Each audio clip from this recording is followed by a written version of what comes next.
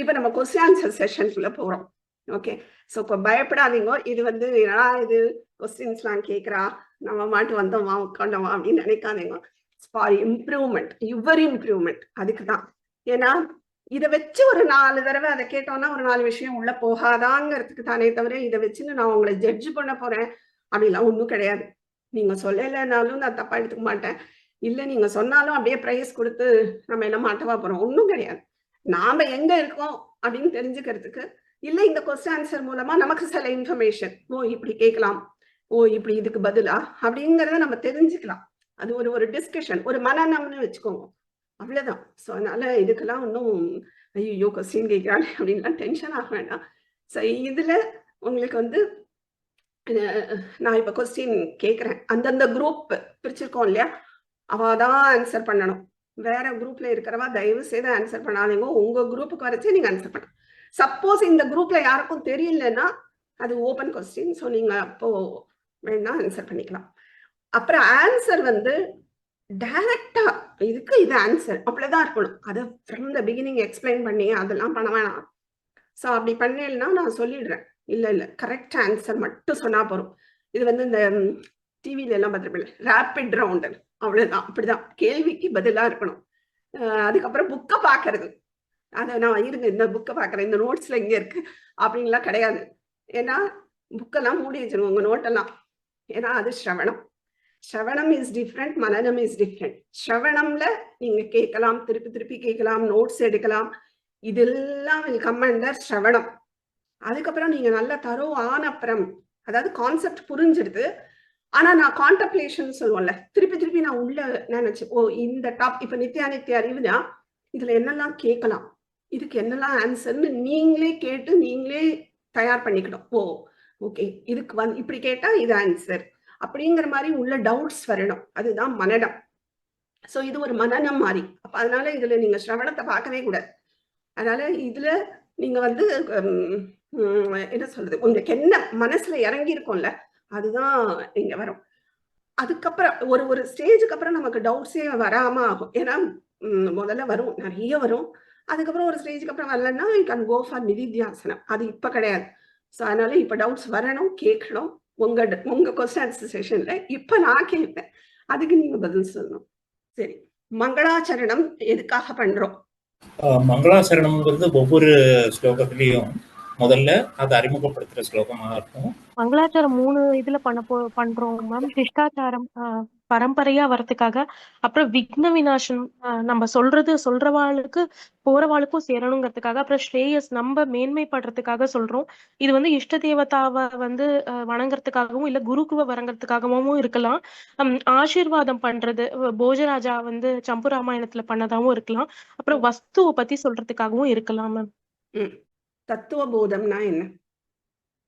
தத்துவ போதம் இதுல வந்து நாலா சொல்லியிருந்தீங்க. தத்துவம் பிளஸ் தத்துவ போதத்துல பரமாத்மா ஜீவாத்மா ஐக்கியம் அதோடைய ஞானம் கிடைக்கிறது சொன்னீங்க. தத்துவம் அப்படின்னு 2 பேரும் பிரம்மனையும் நம்மளையும் கூட சொல்ற மாதிரி சொன்னீங்க. அப்புறம் தத்துவம் இப்ப ஃபார் எக்ஸாம்பிள் மனுஷயத்துவம் அதோடைய கேரக்டர் பத்தி சொல்ற மாதிரி இருக்கிறதுனால அந்த சான்ஸ்கிரிட் வார்த்தைக்காக தத்துவம்னு சொல்லியிருந்தீங்க. அப்புறம் கடைசியா ஒண்ணு இருக்கு குருஜி, அது எனக்கு ஞாபகம் வரல. நெக்ஸ்ட், நித்திய அனித்திய அறிவுனா என்னது அப்படின்னா என்ன? நித்தியம்னா எது பெர்மனன்ட், அனித்தியம்னா வந்து பெர்மனன்ட் இல்லாம இருக்கிறது. அது எப்படி நம்ம கண்டுபிடிக்கலாம் அப்படின்னா, இந்த லைஃப் ஸ்பேன் இல்ல லிமிடேஷன்ஸ் அந்த சேஞ்சஸ் இருக்கிறது எல்லாமே வந்து அனித்தியமா இருக்கும். எக்ஸ்பைரி டேட் ஒண்ணு இருக்கும். மத்த பிராதானியமா இருக்கணும். எல்லாருக்குமே வந்து இதுதான் எப்பவுமே மாறாம இதுதான் தேவை அப்படின்னு இருக்கிறது தான் நித்தியம். அப்புறம் அது நம்மள அடிக்ஷனுக்கு இது பண்ணக்கூடாது. நம்மள அடிமைப்படுத்தாம எது இருக்குதோ அதுதான் வந்து நித்தியம். அப்புறம் பூர்ணத்துவமா இருக்கணும். எல்லோருக்கும் எப்பவும் இதுதான் தேவை அப்படின்னு இருக்கிறது தான் வந்து நித்தியம். மத்ததெல்லாம் அனித்தியம் அப்படின்ற இதுல வரும். எது ஈஸி? நித்தியத்தை கண்டுபிடிக்கிறது ஈஸியா, அனித்தியத்தை கண்டுபிடிக்கிறது ஈஸி? அனித்தியத்தை முதல்ல கண்டுபிடிச்சிட்டாதான் நம்ம வந்து நித்தியத்துக்கு இதுதான் நித்தியம் நம்ம தேட முடியும். மத்ததெல்லாம் நம்ம சுத்தி இருக்கிறதெல்லாம் அனித்தியம். நம்ம ஒன்னொன்னா இது இல்ல இது பெர்மனன்ட் கிடையாது அப்படின்னு ஒன்னொன்னா இது பண்ணும்போது தான் நம்ம இதுக்கு மேல நித்தியம்னு ஒண்ணு இருக்குதுன்னு அப்பதான் நம்ம வந்து கண்டுபிடிக்க முடியும். அனித்தியத்தை அறிஞ்சாதான் நித்தியத்தை தேட முடியும். ஓகே, நித்தியானித்திய அறிவு மூலமா நமக்கு கிடைக்கக்கூடிய 2 பாயிண்ட்ஸ், அதனால என்ன இம்பார்ட்டண்டா நம்ம தெரிஞ்சுக்க முடியும்? 2 பாயிண்ட்ஸ். மனசுல அமைதி கிடைக்கும். ஒண்ணுத்துலயுமே நித்தியம் எல்லாமே அனித்தியம்னு சொல்லும்போது மனசுல அமைதி கிடைக்கும்.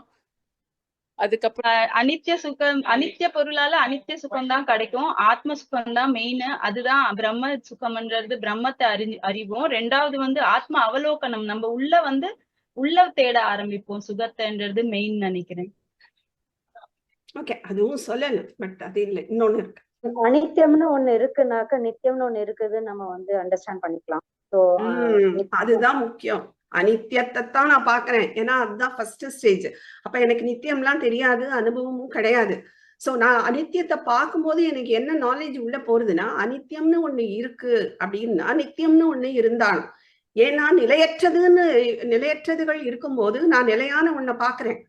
அப்போ நிலையானது, அதுக்குதான் எக்ஸாம்பிள்ஸ் எல்லாம் நிறைய பார்த்தோம். சோ இதனால எனக்கு நிலையற்ற இந்த இயங்குற இந்த உலகத்துக்கு இயங்காத ஒண்ணு சப்போர்ட்டிவா இருக்கணும். அதுதான் ஃபர்ஸ்ட் நாலேஜ். கர்மயோகம்னா என்ன? கர்மயோகம்னா doing any work without any expectation of fruit. அதே இல்லாம நம்ம பண்ற வேலை வந்து அது கான்சென்ட்ரேஷனோட பண்ணணும். இல்ல, வித்வுட் கரெக்ட் ஆன்சர் இல்ல. ஓகே, பட் இது கரெக்ட் கிடையாது. வேற பகினி, எதிர்பார்ப்பு இல்லாமல் ஈஸ்வரனுக்கு சமர்ப்பிக்கும் சரணாகதி பாவத்தோட செய்யும். ஓகே, சரணாகதி பண்றது ஒண்ணு. கர்மயோகம் அப்படின்னா என்ன? Not attaching any karma to it. நான் தான் பண்றேன் அப்படின்னு இல்லாம பண்றது. சரி, அப்புறம் so you're not getting any punyam or papam to that. So you you just like surrender everything to Ishwaran and you don't have any attachment to whatever you do. Okay, but இது வந்து நம்ம யோசிச்சு நமக்கு இப்படி நான் சொல்ல அந்த 3 points டக்குன்னு கர்மயோகம்னா வரணும் மண்டைக்கு. அந்த 3 வேணும். நான் தான் செய்யறேன். இந்த கர்த்தவிய புத்தி தியாகம், பல தியாகம், மமதா தியாகம், இந்த 3 கர்மயோகம்னாலே இது டக்குன்னு ஞாபகம் வரணும்.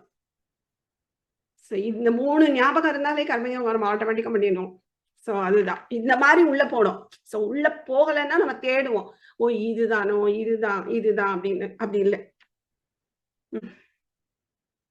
பிரமாணங்கள் என்னெல்லாம் இம்பார்ட்டன்ட்? 3 பிரமாணம். பிரத்யக்ஷ பிரமாணம், that is by which we see, we can see directly, that is pratyaksha pramanam. And அனுமான பிரமாணம், that is from புகை வழியா தீ வருது, அந்த மாதிரி அனுமான பிரமாணம் ஒண்ணு. அது 2. 3வது பிரமாணம் என்னன்னு தெரியல. சப்த பிரமாணம் வேதங்கள் சாஸ்திரங்கள் மூலமா நம்ம தெரிஞ்சுக்கிறது. சரி, சுகம்னா என்ன? உணர்ச்சி, ஃபீலிங் மேடம். அது ஒரு உணர்வு. சுகம்ங்கிறது ஒரு உணர்வு, அதுக்கு காரணமா இருக்கிறது தான் மத்ததெல்லாம். ஓகே, இந்த சுகத்துக்கு வெளியில உள்ள பொருட்களோட பங்கு என்ன? தூண்டுகிறது. காபி பிடிக்கும், அதை தூண்டுகிறது. கரெக்ட். ஒவ்வொருத்தருக்கும் ஒருத்தர் காஃபி பிடிக்கும், அதே காஃபி இன்னொருத்தருக்கு பிடிக்காது. அப்ப எல்லாமே காமனா இருந்தாதான் அது வந்து சுகத்தை தூண்டுகிறது. நமக்கு உள்ள இருக்க வெளிப்படுத்துறது ஆத்மாலேருந்து. வெளியில உள்ள பொருட்களோட பங்கு அதுதான். அது ஜஸ்ட் நம்மள ஒரு சிக்னல் அனுப்பி நம்மள உள்ள இருக்கிற வாசனையை தூண்டி விடுறது. அதுதான் அது செய்யறதே தவிர அது சுகம் கொடுக்கல. ஆனா நம்ம சுகம் நினைச்சுக்கிறோம். இதுல மனசுனா என்ன? மனசுங்கிறது வந்து இட்ஸ் ரேண்டம் தாட்ஸ், லைக் ஒரு கனெக்ஷனே இல்லாம வர எண்ண ஓட்டங்கள். அப்படியே ஒரு அது வந்து ஒரு கனெக்டடா லைக் தாட்ஸ் வரும்போது அது சிந்தனையா மாறுறது. இதுதான் எனக்கு இங்க புரிஞ்சது மனசு. மனசுனா ஒரு நிலை, அதாவது முடிவுக்கு வராத ஒரு எண்ண ஓட்டங்களை கொடுக்கக்கூடியது தான் மனசு. எண்ணங்கள், எண்ண ஓட்டங்கள் எல்லாம் மனசு தான். வாசனானா என்ன? வாசனை வந்து சித்தத்தில் ஸ்டோர் ஆகிவிட்டால் அது பிறவியை கொடுக்கும் வாசனை. ஏதாவது ஒரு எக்ஸாம்பிள் வச்சு சொல்லுங்க. அதை ஈஸியா எடுக்க சப்கான்சியஸ்ல முடியுமா வாசனை முடியாதா? ஓகே இருங்க. அதை ஈஸியா எடுத்துடலாமா எடுக்க முடியாதா? அதை நாம எடுக்கலாம் ஈஸியா. அப்ப சம்ஸ்காரம்னா என்ன? வாசனை சம்ஸ்காரங்கள் அதுதான் வந்து மனசுல இருந்து மனசுக்கு கனெக்ஷன். அது வாசனையும் சம்ஸ்காரம். கரெக்டான ஆன்சர் இல்ல. சம்ஸ்காரம்னா என்ன? சம்ஸ்காரத்துக்கும் வாசனைக்கும் என்ன வித்தியாசம்? சம்ஸ்காரம்னாக்க இப்ப நம்ம எதையாவது ஒண்ணு பார்த்துட்டாக்க, இப்ப ஒரு சாரியே நம்ம பார்த்துட்டோம்னாக்க உடனே வாங்கணும் அப்படிங்கிற அந்த ஆசைப்படுறது அதுதான். சரி. அதுதான் வாசனா? வாசனைக்கு வந்து இந்த சித்தத்துல ஸ்டோர் ஆகிவிட்டா அதுதான் வாசனை. அது வந்து நம்மளுக்கு பிறவியை கொடுக்கும் அது வாசனை. சரி. அப்ப சம்ஸ்காரத்தை எடுக்க முடியுமா முடியாதா? சம்ஸ்காரம்ங்கிறது பதிவு அது நம்மளுக்கு. சரி. அதை எடுத்துடலாமா முடியாதா? எடுக்க முடியும். சம்ஸ்காரத்தை எடுக்கிறது நம்ம மனசை கண்ட்ரோல் பண்ணாக்க நம்மளால எடுக்க முடியும். அப்ப வாசனைய கண்ட்ரோல் பண்றது எப்படி? வாசனைய கஷ்டமா ஈஸியா? எடுக்கலாம், பட் ஈஸியா கஷ்டமா? வாசனைன்றது வந்து ஆழ் மனதுல சேர்ந்து இருக்கக்கூடியது. சில வாசனைகள் வந்து இந்த ஜென்மத்துல இருந்து நமக்கு சேரும். சில வாசனைகள் பூர்வ ஜென்மத்துல உள்ளதா இருக்கும். ரொம்ப ஆழமா பதிஞ்சு இருக்கக்கூடிய வாசனைகள். இது எடுக்கிறது கொஞ்சம் கஷ்டம். அதே சம்ஸ்காரம் வந்து ரீசண்டா சேர்ந்த வாசனைகளா இருக்கும். அது வந்து இப்ப எக்ஸாம்பிள் ஐஸ்கிரீம் பிடிக்கும்னா அத ஒரு சம்ஸ்காரத்தை வச்சு இன்னொரு சம்ஸ்காரத்துக்கு எடுத்துடலாம் ஈஸியா. இப்ப ஐஸ்கிரீம் பிடிக்கும், ஒரு நாள் ஐஸ்கிரீம் பிடிக்கும்னா இன்னொரு நாள் நமக்கு அதையே சாப்பிடணுன்ற ஆசை இல்லாம வேற ஏதாவது பார்க்கும்போது நமக்கு ஆசைகள் மாறக்கூடும். அதுதான் சம்ஸ்காரம். ஒரு சம்ஸ்காரத்தை வச்சு இன்னொன்னு எடுத்துடலாம். இதுல நீங்க ஒரு சின்ன கரெக்ஷன். நீங்க வந்து இப்ப ஐஸ்கிரீம் பிடிக்கும், அந்த சம்ஸ்காரத்தை நான் வந்து இன்னொன்னு எனக்கு கேக்கு பிடிக்கும், அந்த சம்ஸ்காரத்துல எடுக்கிறேங்கிறது பிரயோஜனமே கிடையாது. நீங்க இதை வந்து நல்ல சம்ஸ்காரம் போட்டு இந்த சம்ஸ்காரத்தை சம்ஸ்கார பதிவுகளை எடுக்க முடியும் ஈஸியா. பட் வாசனைங்கிறது நீங்க அதையே ரிப்பீட்டடா நினைச்சு உள்ள போய் உட்கார்றது. அது பூர்வ ஜென்மம் வழியாதான் வரணுங்கிறது கிடையாது. இந்த ஜென்மத்திலயும் அது சப்கான்சியஸ்ல போய் உட்கார்ந்துரும். அதுவும் வாசனாதான். அதை எடுக்கிறது, நான் அதுக்குதான் எக்ஸாம்பிள் சொன்னேன். ஒரு சகதியில ஒரு வண்டி போறதுன்னா அந்த ஈரத்தோட இருக்கும் போது அதை கரெக்ட் பண்றது ஈஸி. பட் ஒன்ஸ் அது போய் நல்லா காஞ்சு போயிடுச்சுன்னா அதை எடுக்கிறது ரொம்ப கஷ்டம். அதுதான் வாசனா. ரெண்டாவதுதான் வாசனா. ஃபர்ஸ்ட் வந்து சம்ஸ்காரம். சம்ஸ்காரத்தை இன்னொரு சம்ஸ்காரம் போட்டு எடுக்க முடியும். பட் நல்ல சம்ஸ்காரம் போட்டு எடுத்தாதான் நமக்கு யூஸ். இல்லைன்னா இன்னொரு சம்ஸ்காரம் வந்து அது வாசனையாயிடும். ஸோ இந்திரியங்கள், அதுக்கு இந்திரிய கட்டுப்பாடுக்கு என்ன உபாயம்? எப்படி நான் அதை பண்ண முடியும்? இந்திரியங்களை எப்படி கண்ட்ரோல் பண்றதுன்னா நம்மளோட அடிக்ஷன் ஹேபிட்டை வந்து நோட்டீஸ் பண்ணணும். சோ அந்த ஒரு டிவி பாக்குறது அடிக்ஷனா இருந்தது, ஒரு சீரியல் பாக்குறது அடிக்ஷனா இருந்ததுன்னா அந்த டைமுக்கு நம்ம அதுல அந்த டைம்ல அங்க இருக்கிறத அவாய்ட் பண்ணிக்கிறத நம்ம அந்த மாதிரி அதை இது பண்ண ட்ரை பண்ணலாம், அதை அவாய்ட் பண்றதுக்கு. அதுக்கப்புறம் வந்து இன்னொன்னு டிவி பாக்குறவங்க நம்ம வீட்டுல இருந்தாங்கன்னா முக்கியமா அவங்களோட அந்த டைம்ல இருக்காம இருக்கிறது பெட்டர். ஏன்னா நம்ம பார்க்க வேண்டாம்னு நினைச்சாலும் they will trigger us to see the TV. So அந்த மாதிரி. அப்புறம் வந்து அந்த டைம்ல நமக்கு வந்து சத்சங்கத்தை வந்து நம்ம சத்சங்கத்தோட இருக்கிறது நம்ம அந்த மாதிரி நம்ம அதை டைவர்ட் பண்ணி வச்சுக்கலாம். நல்ல விஷயங்களை கேட்கறதுக்கான ஒரு சமயமா அதை வந்து நம்ம யூஸ் பண்ணிக்கணும் அதை. அப்புறம் வேற இந்திரியங்கள்ல வந்து அதான் இப்ப நல்ல விஷயத்த பாக்குறது, நல்ல விஷயத்த கேட்கறது, நல்ல விஷயத்த சாப்பிடுறது, சத்துவ ஆகாரம் ட்ரை பண்ணணும். சோ அந்த மாதிரி ஒவ்வொரு இந்திரியத்துக்கும் நம்ம வந்து அப்புறம் மௌன விரதம் கூட இருக்கலாம். மௌன விரதம் பிராக்டிஸ் பண்ணலாம் ரெகுலரா எப்பெல்லாம் முடியுமோ அந்த டைம்ல நம்ம மனநலத்துக்கு நம்ம பிராக்டிஸ் பண்றப்ப அது எல்லா விதமான ஒரு இந்திரியங்களுக்கும் ஒரு ப்ராப்பர் பிராக்டிஸ் அமையும். ஸ்ரத்தாங்கிறது எப்போ கேம் இன் டு பிக்சர்? எப்ப வரும் ஸ்ரத்தாங்கிறது? நமக்கு எப்போ வரும்? நம்பிக்கை இருக்கும் போதுதான் ஸ்ரத்தா வரும். நம்பிக்கை தான் ஒரு விஷயம் நீங்க நம்பிக்கை தானே இல்ல நம்பிக்கைன்னா முழு நம்பிக்கை. ஒரு விஷயத்த வந்து நம்ம நம்புறோம், அதுல இருக்கு அப்படின்னு நம்பும் போது ஸ்ரத்தா. நம்பிக்கை இல்ல, நம்பிக்கை தான் ஸ்ரத்தா. ஆனா நமக்கு அதை பத்தி ஃபுல் நாலேஜ், அறிவுபூர்வமாவும் அனுபவபூர்வமாவும் இருக்கும்போது அங்க ஸ்ரத்தா தேவையில்லை. அது ஸ்ரத்தாவை தாண்டினது. இப்ப இது பெண்ணுன்னு சொல்லிட்டேன்னா இது பெண்ணு நம்புங்கன்னு சொல்ல வேண்டிய அவசியம் இல்லை. ஏன்னா இதெல்லாம் உங்களுக்கு அனுபவம் ஆயிருக்கு, இதை பத்தி ஃபுல் அறிவு இருக்கு. அப்படிங்கும் போது இதுக்கு ஸ்ரத்தா தேவையில்லை, ஸ்ரத்தாவை தாண்டினது. அப்ப ஸ்ரத்தா எப்போ will come into picture?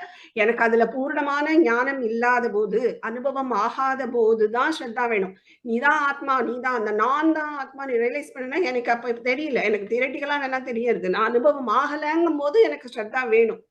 அப்பதான் ஸ்ரத்தா will come into picture. தெரியாத ஒண்ண நான் சொல்லும் போது, இப்ப ஏதாவது ஒரு சயின்டிபிக்கா புதுசா கண்டுபிடிக்கிறான்னா நமக்கு அதை பத்தி தெரியலங்கும் போது இது இந்த வேலை பண்ணும் அப்படின்னு சொல்லும் போது ஒரு நம்பிக்கை வைக்கணும். அதுக்கப்புறம் நமக்கு அனுபவம் ஆயிடுச்சுன்னா அதுக்கப்புறம் நம்பிக்கை வைக்கணுங்கிற அவசியம் இல்லை. எனக்கு தெரியும், இப்ப பெங்களூர் யாராவது ரூட், அதுக்கு தான் எக்ஸாம்பிள் சொன்னேன். பெங்களூர் ரூட் சொல்லும் போது எனக்கு தெரியாதுங்கும் போது நான் அவள்கிட்ட நம்பிக்கை வச்சு போவேன். ஆனா ரிட்டர்ன்ல எனக்கு யாரும் சொல்லணுங்கிற அவசியம் இல்லை, சொன்னாலும் நான் எனக்கு தான் தெரியுமேன்றேன். நான் ஸ்ரத்தா தாண்டிடுச்சு. அந்த தெரியுங்கிற இது, அதாவது அனுபவம் ஆயிடுது. அனுபவம் அதுதான் முக்கியம். அனுபவம் ஆயிடுத்துங்கும் போது எனக்கு வந்து ஸ்ரத்தா தேவையில்லை. ஷார்ப்பா கேளுங்க டவுட் இருந்தா. இது ஆக்சுவலி ஞானிகளுக்கு வந்து காரண சரீரம் இருக்காதுன்னு சொல்லுவாங்க இல்லையா, ஞானம் அடைஞ்ச பிறகு? ஆமா. அப்படின்னா அந்த இடத்துல அவித்யா இல்லாம வெறும் சுகஸ்வரூபம் மட்டும் இருக்குமா அவங்க டெய்லி எழுந்துக்கிறப்ப? கரெக்ட். இக்னோரன்ஸ் போயிடுது. ஞானம்னு எப்போ ஒரு விளக்குன்னு ஒண்ணு வந்துருதுனாலே அங்க இருட்டு ஆட்டோமேட்டிக்கா போயிடுறது. சோ எப்ப ஞானம்ங்கிறது வந்த உடனேவே இந்த வெளிச்சம் வர மாதிரி இந்த தெரிஞ்சு போயிடுது. ஓ இது பேதம், நான் யாருங்கிறது தெரிஞ்சிருந்த அப்புறம் எனக்கு காரண சரீரமே தேவையில்லை, வரவே வராது. அதாவது எதை பத்தியுமே ஒரு குழப்பம் இருக்காது, ஃபுல்லா கட் பண்ண மாதிரி தான். ஓகே, எதை பத்தியுமே ஒரு குழப்பம் இல்லாம ஒரு தெளிவா இருப்பாங்க. அது அப்படிதான் அதை நம்ம புரிஞ்சுக்க முடியுமா, அது காரண சரீரத்துல அவித்யா இல்லைங்கிறத? ஆமா. எப்படி தூக்கத்துல சுகம்னு ஒரு பார்ட் இருக்கே, அதை ஜாகிரத்துல நம்ம அனுபவிச்சா தட் இஸ் ஞானி ஸ்டேட். அந்த மாதிரி கனவுல நான் கனவு காண்றேன்னு எனக்கு தெரிஞ்சிருச்சுன்னா நான் ஏன் பயப்பட போறேன்? அதுதான் ஞானி ஸ்டேட். காரண சரீரத்தினால சூக்ஷ்ம சரீரம் வருது, சூக்ஷ்ம சரீரத்தினால ஸ்தூல சரீரம் வருது. அதுல இஸ் இட் ஃபுல்லி 100% இக்னரன்ஸ் இல்லையே இப்போதைக்கு. எதுல ஃபுல்லி 100% இல்லன்னு சொல்றேன்? இல்ல இப்ப காரண சரீரத்துல இருந்து நம்ம சூக்ஷ்ம சரீரம் வருது, சூக்ஷ்ம சரீரத்துல இருந்து ஸ்தூல சரீரம் வருது இல்லையா, அதுல என்ன 100% இக்னரன்ஸ் இல்லையே நம்மளோட. கொஞ்சம் இப்ப இந்த மாதிரிலாம் கொஞ்சம் தெளிவு இருக்கிறதுனால நம்ம வர்றோம். அப்ப அங்க எங்க 100% இக்னரன்ஸ் இல்லையே. கரெக்ட். அதுதான் நான் சொன்னேன், ஸ்தூல சூக்ஷ்மத்துல காரணம் பரவி இருக்கு, அது எங்கன்னு ஐடென்டிஃபை பண்ண முடியாது, ஃபுல்லா தெரியாது. இப்போ ஃபுல்லா பஞ்சு இதுல தெரியுதா? தெரியாது. ட்ரெஸ்ல ஃபுல்லா பஞ்சு தெரியாது, ஆனா பஞ்சுனாலதான் இது வந்திருக்கு. பஞ்சு இல்லைன்னா இது இல்லை, அது தெரியுது எனக்கு. அப்ப இதுல ஃபுல்லா நான் பார்க்க முடியாது, ஃபுல்லா இதுல உணர முடியாது. ஆனா எனக்கு காரண சரீரத்துல ஃபுல் இக்னரன்ஸ் இருக்கிறதுனால அங்க இதை தெரிஞ்சுக்கிற வாய்ப்பு கூட கிடையாது. நான் அறியாமையில இருக்கேங்கிறத கூட நான் அங்க தெரிஞ்சுக்க முடியாது. அதை தெரிஞ்சுக்கிறதுக்கே நான் ஜாகிரத்துல தான் வரணும். சோ ஜாகிரத்துல இருக்கும் போதுதான் நான் ஃபுல்லி கனெக்டட். என்னோட மனசு, புத்தி, இந்திரியங்கள், வெளியில உள்ள பொருட்கள், மாயா எல்லாத்தோடையும் நான் கனெக்ட் ஆறேன்.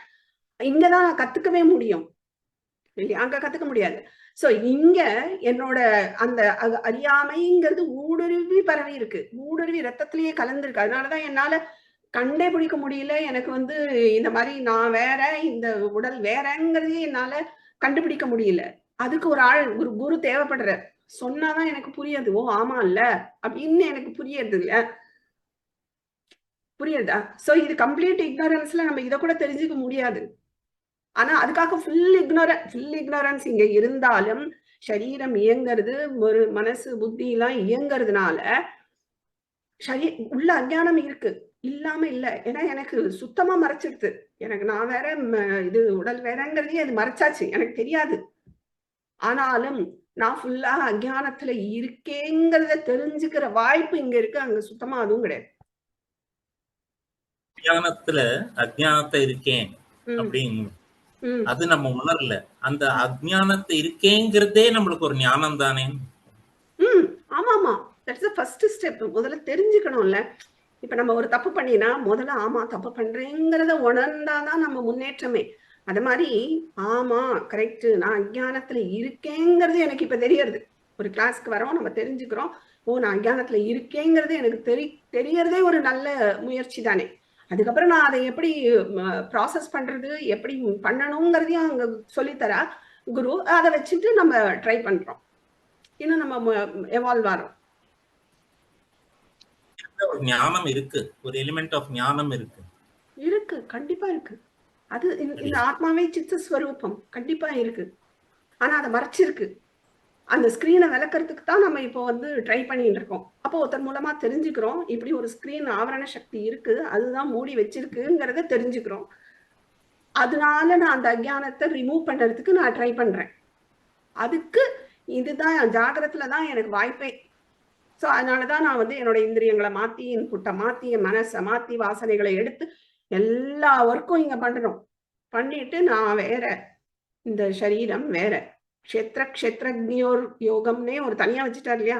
க்ஷேத்ரன்னா உடம்பு, சரீரம். க்ஷேத்ரஜ்ஞா அப்படின்னா இந்த சரீரத்தை கொண்டவன், அதாவது இந்த கூட்டஸ்தன். அதுதான் அந்த யோகத்துல சொல்ற சர்க்கத்துல. இப்ப கூட்டஸ்தன் அப்படின்னா அந்த வந்து எந்த டா போடணும், எந்த தா வரணும் அப்படிங்கிறது அது திருப்பி ப்ரொனன்சியேஷன் வச்சே எடுக்க அந்த இதுல போய் பார்த்தாதான் தெரியுது.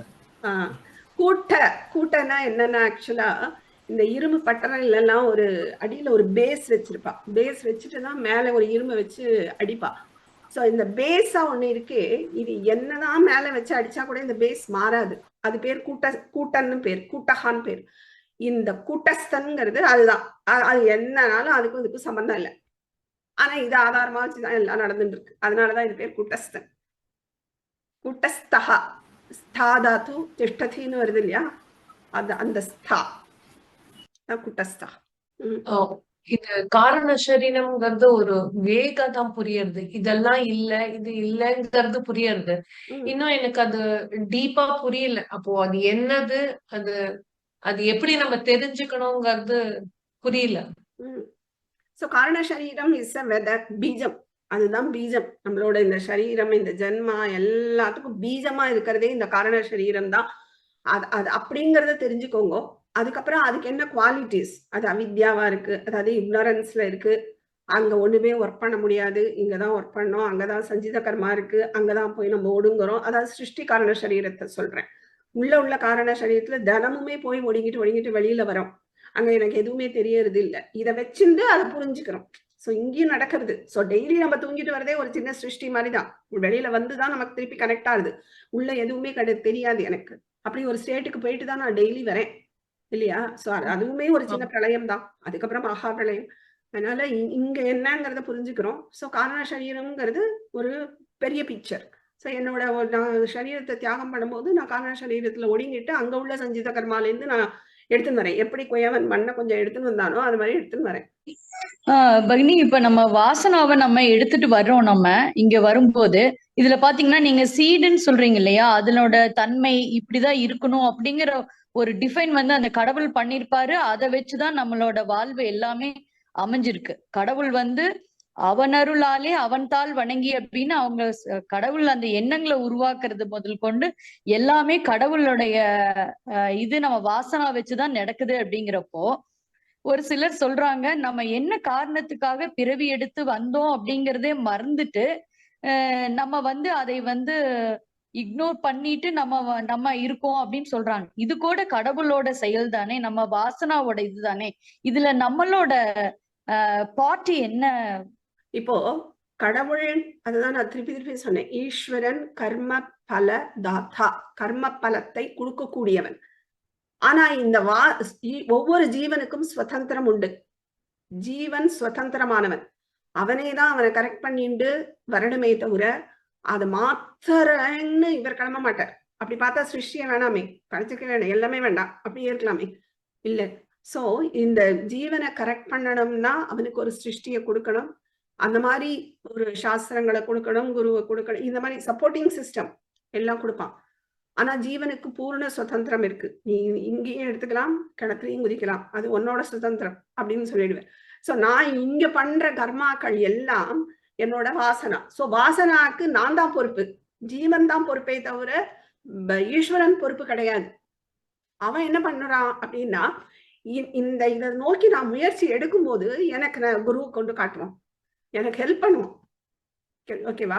நான் கரெக்டானு ஒரு ஸ்டெப் எடுக்கிறேன்னா, இப்போ ஒரு குழந்தை நடந்து தத்தி தத்தி வருதுன்னா, நீ இது நானே உனக்கு பதிலா நடக்கிறேன்னு சொல்ல முடியாது. அதுதான் நடந்து வரணும். நம்ம ஹெல்ப் பண்ணலாம். அதே மாதிரி நாம முன்னாடி வரதுக்கு ஃபுல் சப்போர்ட்டிங் சிஸ்டம் கொடுப்பான், நமக்கு ஹெல்ப் பண்ணுவான், சில கஷ்டங்களை போட்டு போட்டு நம்மளை எடுப்பான். எப்படி ஒரு ட்ரெஸ்ல ஏதோ ஒன்று கரை படிஞ்சிடுத்து நான் போக்கணும்னா, நான் எப்படி ஒரு ஆசிட் போட்டு, அந்த ஆசிட் நல்லதானா ஆசிட் நல்லது கிடையாது, ஆனால் அது அது போட்டாதான் இது இந்த கரையை எடுக்க முடியும். அத மாதிரி நான் சில கஷ்டங்களுக்கு உள்ள போயிட்டு வந்தா தான் எனக்கு ஒரு தெளிவு கிடைக்குங்கும் போது அவன் அதையும் பண்றான். பண்ணி பண்ணி பண்ணி நம்மளை பக்குவப்படுத்தி ஒரு ஸ்டேஜுக்கு கொண்டு வரதுக்கு ஹெல்ப் பண்றான். ஆனா பண்ற கர்மா, அதுக்கு உண்டான விளைவுகள் எல்லாம் என்னோடது.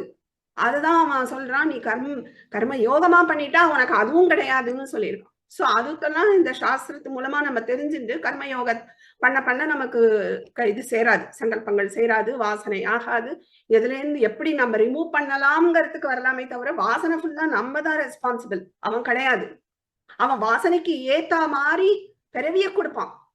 நீ இந்த பிறவி இந்த வாசனையை கழிக்கிறதுக்கு இப்படி உன் குடும்ப சூழ்நிலை இருக்கணும், இன்னென்னவா வந்திருக்கணும், இப்படி இப்படி ஒன்னு அட்டாக் பண்ணணும், அப்பதான் நீ புரிஞ்சுப்ப, இதெல்லாம் கொடுப்பான். அதை நாம அனுபவிக்கிறதுக்கு உண்டான அத்தனையும் கொடுப்பான். ஆனா அவன் காரணம் கிடையாது, நம்ம தான் காரணம். இப்போ செகண்ட் சாப்டர் ஃபுல்லா நான் அது தியரிட்டிக்கல் நாலேஜா எடுத்துக்கிட்டு அதை நான் ஃபர்ஸ்ட் சாப்டரோடைய பிராக்டிக்கல் அப்ளிகேஷன்ல அப்ளை பண்ணி தான் இப்போ நான் இன்னும் முன்னேற முடியுமா?